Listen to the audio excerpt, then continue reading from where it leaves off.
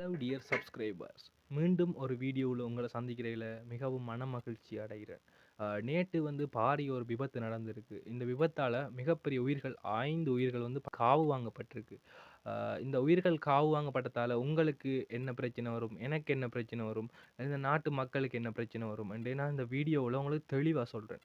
என்ன உயிர்கள் என்றால் 5 யானைகள் நேற்று மட்டக்களப்பிலிருந்து கொழும்பு பிரயாணித்த ஒரு புகையிரதத்தில் அந்த புகையிரத கடவையில் கடக்கக்குள்ள அந்த புகையிரதம் மோதி 5 யானைகள் இறந்திருக்கு மற்றும் 2 யானைகள் படுகாயமடைந்திருக்கு.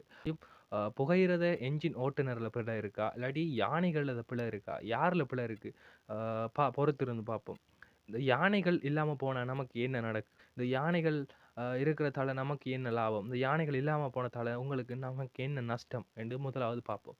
இந்த யானைகள் என்றது இலங்கையின் சுற்றுலா, அதாவது இலங்கையின் பொருளாதாரம் 2 துறைகளை முக்கியமாக நம்பி இருக்கு. அந்த 2 துறைகள் என்னென்னு பார்த்தோம்னா, ஒன்று தேயிலை ஏற்றுமதி, இன்னொன்று அந்த தேயிலை ஏற்றுமதியோட சார்ந்த பொருட்கள், அதாச்சும் ஏலம் கருவா துறையாக பிரதானமாக பார்த்தோம்னா சுற்றுலாத்துறையை நம்பி இருக்கு. இந்த சுற்றுலாத்துறையை மக்கள், அதாவது ஏனைய நாட்டு மக்களை ஈர்க்கிற ஒரு வகையிலான ஒரு மிருகமாக காணப்படுறது நம்ம நாட்டில். யானைகள் நம்ம நாட்டில் இல்லாமல் போனால் அந்நிய செலாவணி குறையும். அதான் எப்படி, இப்போ உங்களுக்கு ஒரு டவுட் வரலாம், எப்படி அந்த அந்நிய செலாவணி குறையும், ஏன் குறையும் என்ற ஒரு டவுட் வரலாம்.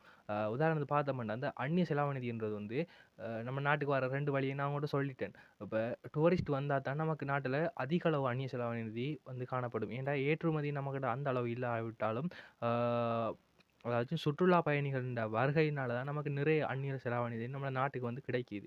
இதனால தான் சுற்றுலா பயணிகள் நம்ம நாட்டுக்கு வர வகை தரலாட்டி அந்நிய செலாவணி கிடைக்காது. 2019 கர்ஃப்யூ டைம், அதாவது COVID-19 வைரஸ் பரவுன டைமில் நாடே முடக்கப்பட்டிருந்து. அந்த டைமில் நாட்டுக்கு எந்த சுற்றுலா பயணிகளும் வரல. இதனால் நாட்டின் பொருளாதாரமே பாதிக்கப்பட்டது. அதே சாமான்களுக்கு விலை திடீரென்று அதிகரிக்குது.